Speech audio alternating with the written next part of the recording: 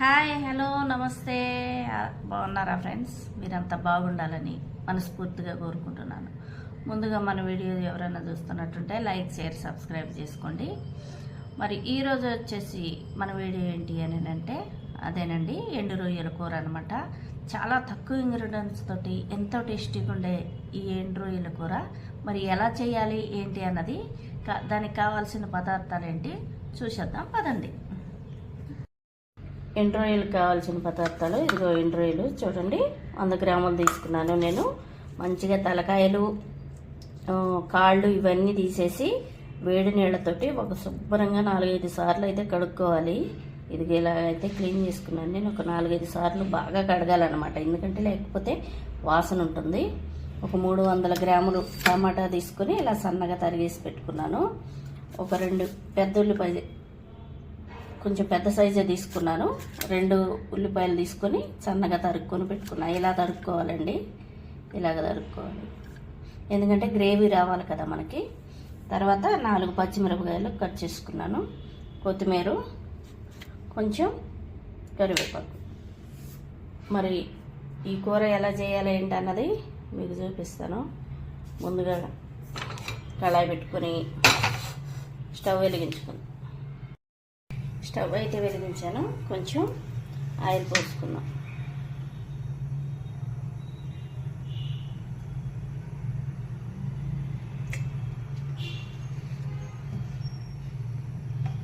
Oil పోసుకొని కొంచెం వేడెక్కాలండి. Oil కొంచెం మంచిగా కాగాలన్నమాట. ఆయిల్ అయితే వేడెక్కిందండి, కొంచెం తాలింపు గింజలు వేసుకున్నాం.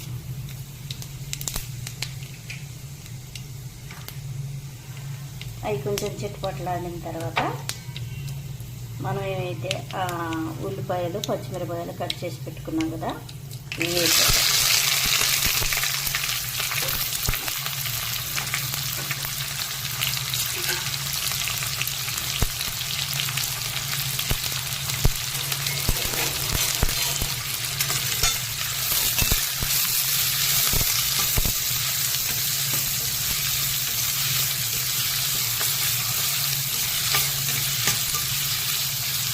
ఈ ఉల్లిపాయలు కొంచెం వేగాలండి, కొంచెం లైట్గా వేగాలి.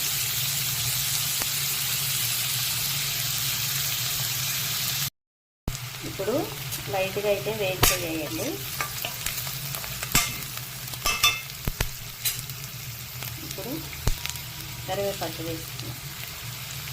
తర్వాత ఎండు రొయ్యలు కూడా వేసుకున్నాం.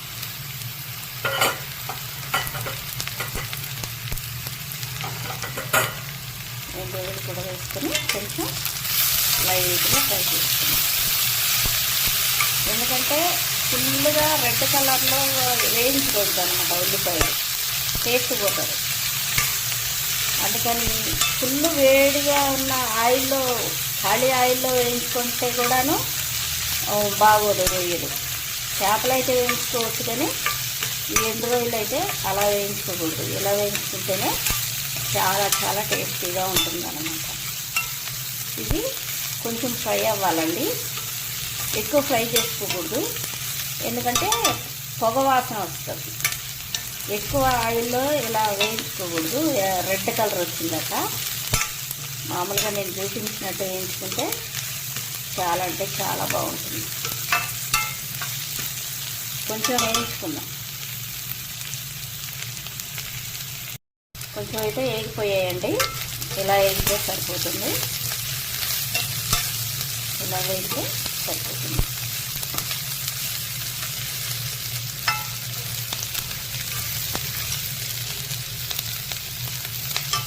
ఇప్పుడు మనం దీనిలోని టమాటా వేసేస్తాం.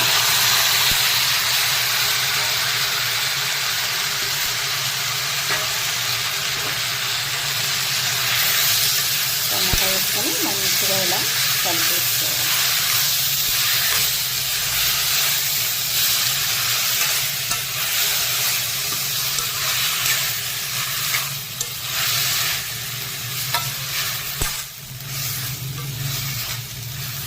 ఇప్పుడు మనం కొంచెం సాల్ట్ వేసుకుంటాం. చూడండి సరిపోయినంత సాల్ట్ వేసుకున్నాం.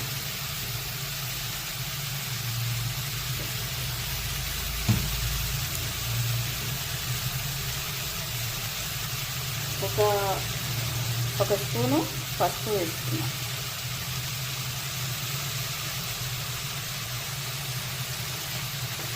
కారం కూడా ఒక స్పూన్ వేసేసుకున్నాం. చూడండి టేస్ట్కి తగ్గట్టు అనమాట. కొంచెం ఎక్కువ తినేవారైతే కొంచెం ఎక్కువగానే వేసుకుంది. నేను పర్లేదు కారం బాగానే తింటాం అనుకుని స్పూన్నర వేసాను అనమాట. వేసేసి ఇలా కలుపుకోవాలన్నమాట మంచిగా. ఎందుకంటే ఉప్పు కారంలో బాగా ఉడికింది అనుకోండి, అప్పుడు మంచి టేస్ట్ వస్తుంది అనమాట. చూడండి అలా ఉంది. ఇప్పుడు దాకా మనం హై ఫ్లేమ్లో చేసామన్నమాట. ఇప్పటి నుంచి బాగా సిమ్లో పెట్టుకోవాలి. ఎందుకంటే టమాటో కదా, బాగా సిమ్లో పెట్టుకొని ఒక 10 నిమిషాల పాటు వదిలేద్దాం. అలా మూత పెట్టి మూత అయితే పెట్టేస్తాము. ఇప్పుడు మనం 10 నిమిషాలు అయిపోయిందండి. చూద్దాం ఎలా ఉందో. బాగా మెత్తగా ఉడికిపోయాయి.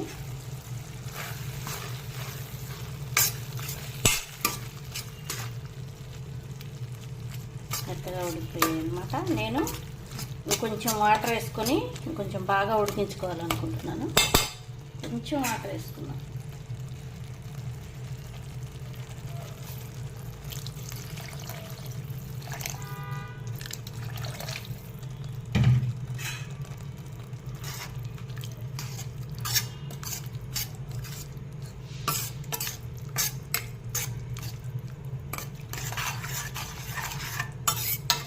కొంచెం గ్రేవీ ఉంటే మంచిగా ఉంటుంది, కలుపుకోవడానికి బాగుంటుంది కదా. ఇంకొక 5 నిమిషాలు ఉడికించుకున్నాం. ఇంకొక 5 నిమిషాలు 5 నిమిషాలు అయితే అయిపోయిందండి. చూద్దాము. బాగా ఉడికిపోయింది మెత్తగా. చూడము చక్కగా ఉడికింది.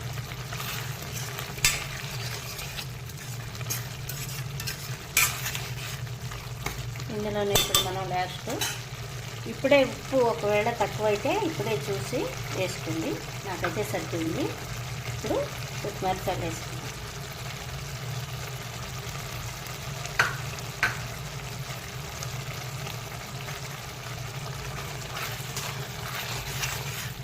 కొత్తిమీర కూడా దీంతో పాటు కొంచెం కలిపేసుకుందాం.